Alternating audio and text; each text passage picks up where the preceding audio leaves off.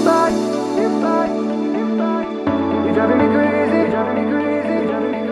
guys, so ayan, kararating ko lang sa bahay galing sa work. So ayun, gusto ko na siyang itry ngayong gabi after ko mag-shower. Kaya naman, i-unbox ko na siya. Ayan, ang simpela.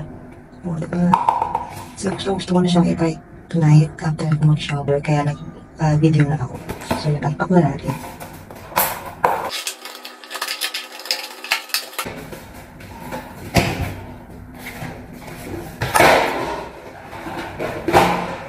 Oh my God. Ito yung kanilang cleansing oil. Ayan.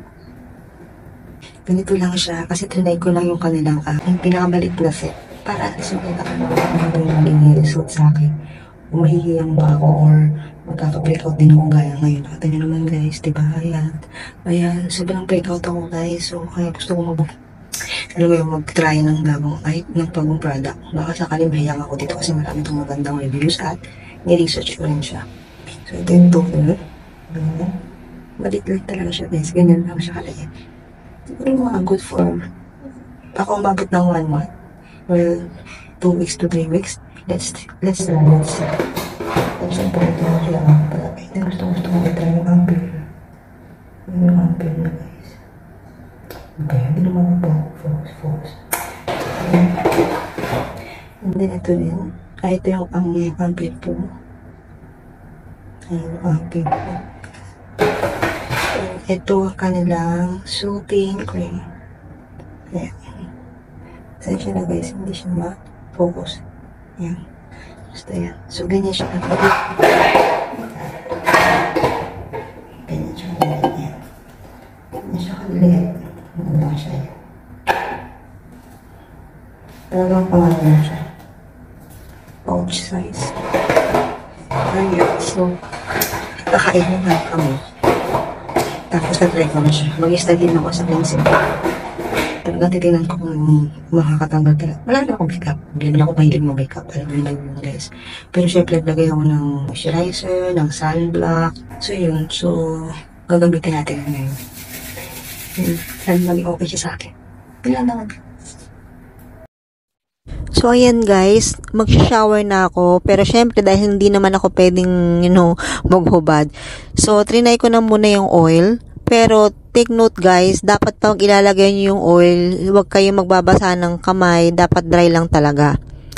And then, syempre, naghilamos na rin ako at ginamit ko na nga rin itong facial foam nila. Ayan guys, so pinakita ko lang sa inyo yung paggamit ng oil at paggamit ng facial foam. Then after that, ididiretso ko na yung aking pag-shower. Yung amoy niya guys is very light lang and napaka-plain lang niya. So tapos na ako mag-shower guys. Mag-a-apply na ako ngayon ng toner. So this toner has a liquid consistency as in parang tubig lang siya. Next step, of course, yung ampule. Ayan guys. So yung ampule naman guys, medyo watery rin yung kanyang consistency. At wala rin siyang ganun kaamoy. Mild na mild lang din. And lastly, ang i-apply ko na is yung kanilang soothing cream. Ayan guys. So ito na yung last part na gagamitin natin sa line ng Madagascar Centella. Ayan. Wala rin siyang ganun na scent. Mild lang din. Second night of application, take note guys, yung toner, yung facial foam, ginagamit ko siya every morning at pati sa night routine ko. Pero yung ampule and soothing cream, sa gabi ko lang siya ina-apply. Okay? Yung oil naman, hindi ako laging mag-a-apply ng oil, especially kung hindi naman talaga ako nag-alagay ng kahit na anong makeup or anything. Minsan-minsan lang.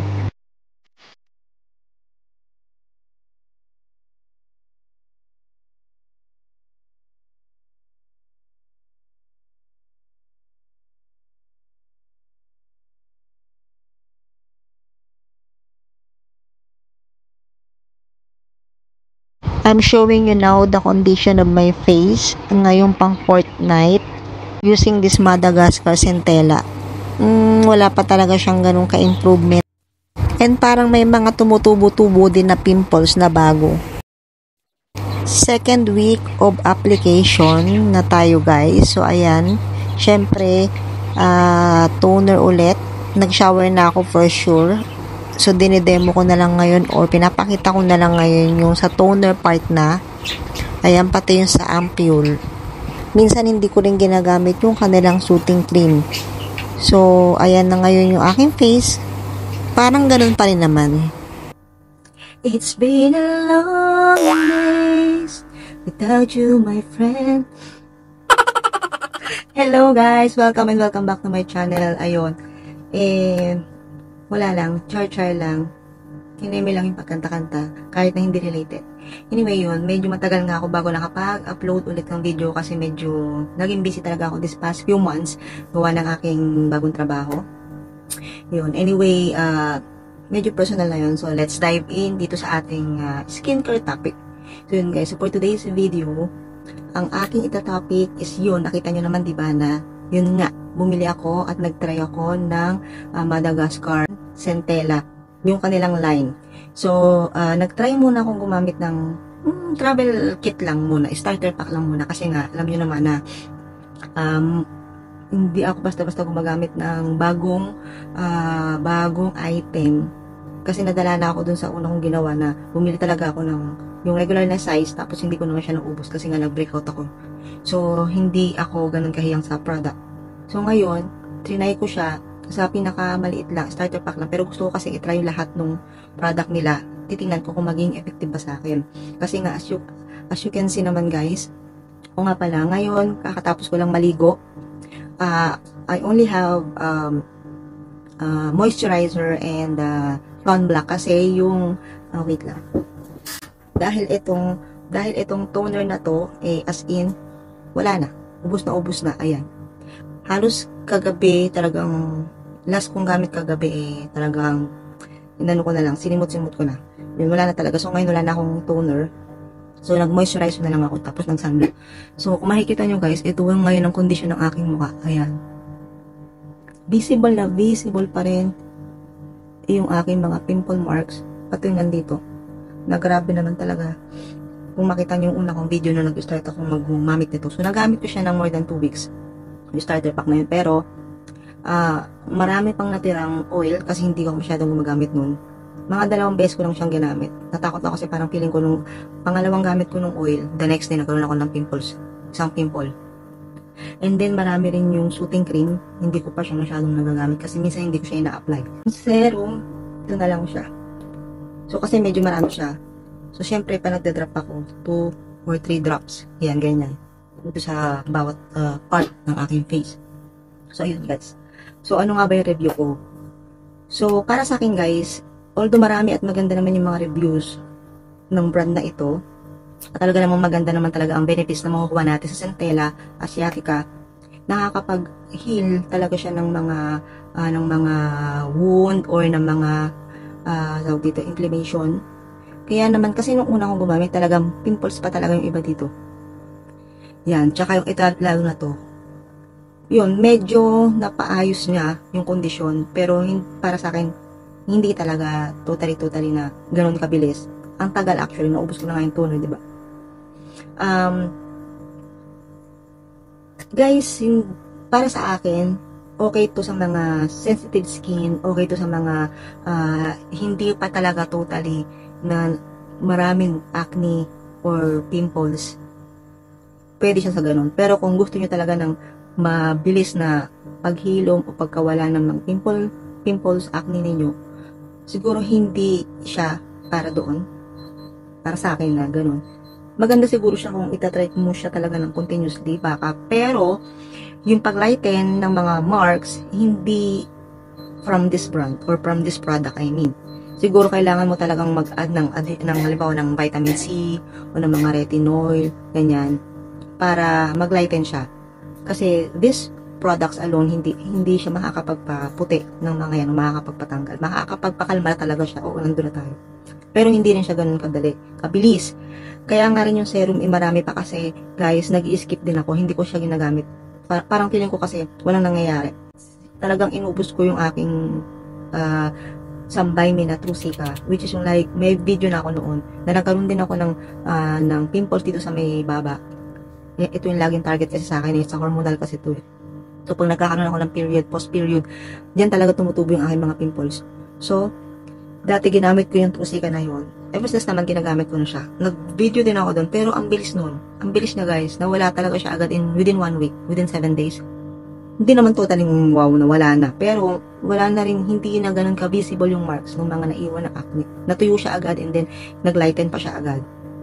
So, feeling ko dahil din dito, kaya medyo napabilis din yung pagtuyo ng aking mga pimples. Hindi lang dahil sa Centella o dito sa mga product na ginamit ko. Yun. Kaya, para sa akin guys, siguro out of 10, pwede ko na rin sabihin na 6. Maganda siya or 7. Para dun sa mga may sensitive skin, para dun sa mga gusto lang talagang halimbawa may mga may isang pimple ka dyan, ganyan na tumutubo, nakakatulong talaga siya magpakalma. Yun. Pagdating naman sa pagpapalambot, actually, di ba, yung toner ko talaga na ginagamit is yung Klairs. Pero honestly guys, nag-review ako dito based on my experience, based sa mga ginagamit ko. Iba yung naibibigay talaga ng Klairs toner sa skin ko. Kasi ito, naubos ko na siya. Hindi siya ganun kalambot. Hindi yung texture ng aking aking mukha ay hindi naging ganun kaganda compared pag yung Klairs yung ginagamit ko. So yun, kasi naubos na siya bago ko bumili nito. Siyempre, ayoko naman na magkukumbine-kumbine. Gusto ko talaga ito lang yung gagamitin ko. Kaya, wala akong ginamit. Maliban nga doon sa Trusika na, dahil feeling ko, na-stress ako, dahil feeling ko hindi siya gumagaling yung acne. So, kahit nga hanggang ngayon, guys, diba? Meron na meron pa rin siya. So, yun. So, yun lang naman, guys. So, ito yung aking review regarding dito sa Centella na ito, na nakita ko lang siya kasi nga naghahanap ako ng iba.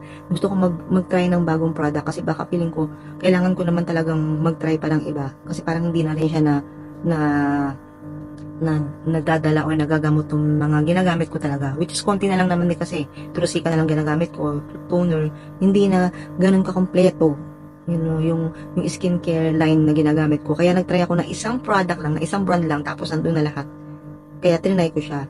Pero yun nga, para sa akin parang hindi siya ganoon, you know, ka-effective para sa akin. Iba-iba tayo ng skin type again. So para sa akin hindi. So baka sakaling bumalik ako sa Klairs toner at Trusika, which is, naman ko ba, ganoon talaga siguro kapag ilang na yung balat mo, tested mo na gano'n. Or, magta-try pa ako ng iba pa na isang brand pa na kumpleto ulit. Para titingnan ko kung ano yung mas effective, kung ito ba o yung isa. Yun guys, pero abangan nyo kung ano yung gagamitin kong sunod kasi nagtitingin-tingin talaga ako ng mga maganda para sa may mga pimples, may mga acne, nag-breakout, ganyan para mapabilis. Kasi after nyan, kailangan lang talaga, gusto ko lang na matuyo siya agad, mawala yung mga pimples, and then pwede na natin siyang sabayan ng mga vitamin C, serum, ganun. Yung mga pampalighten naman ngayon ng mga dark spots o mga naiwan ng acne dyan, mga acne marks, pimple marks. Ayun guys. So yun guys, wala akong sinabing hindi siya okay, wala akong sinabing hindi siya effective. Iba-iba tayo ng skin type, iba-iba tayo ng kondisyon ng ating balat. Pero, maganda siya kung sa maganda, nakakapagpakalma siya, nakakapagpatuyo siya, at maganda talaga ang benefits ng Centella. Pag binasa-basa nyo, nag-review kayo dyan, tingnan nyo, nag-research kayo, maganda naman talaga. Yun guys, so, yun lang naman ay para sa akin. Kung gusto nyo naman ding i-try, why not? Especially doon sa mga may sensitive may mga sensitive skin. Ganyan, at hindi naman talaga worse yung kondisyon ng face. Gamitin nyo to, ituloy-tuloy nyo, palagay ko magiging maganda para sa inyo. Magiging maganda rin siya sa balat, ang effect niya in the long run. Ayun guys, so yun lang naman. Thank you so much for watching my video again. Abangan nyo ulit yung gagamitin ko pang isang line, baka sakaling yun ay maganda. Ako ay nag-review lamang guys, hindi ako dermatologist, hindi ako expert pagdating sa balat. Sinusunod ko lang kung ano yung sinishare ko lang din, at sinusunod ko lang yung mga product na ginagamit ko which is effective sa akin at useful sa akin at nakakatulong sa akin. At sinishare ko lang sa inyo guys. Kasi baka parehas tayo ng kondisyon ng balat or parehas tayo ng pinagdadaanan sa skin. So at least meron kayong idea. Alam niyo naman yun. Laging ganun lang naman. So yun guys. Thank you so much guys. Again, let's be beautiful inside and out. Thank you so much. God bless us all. Bye!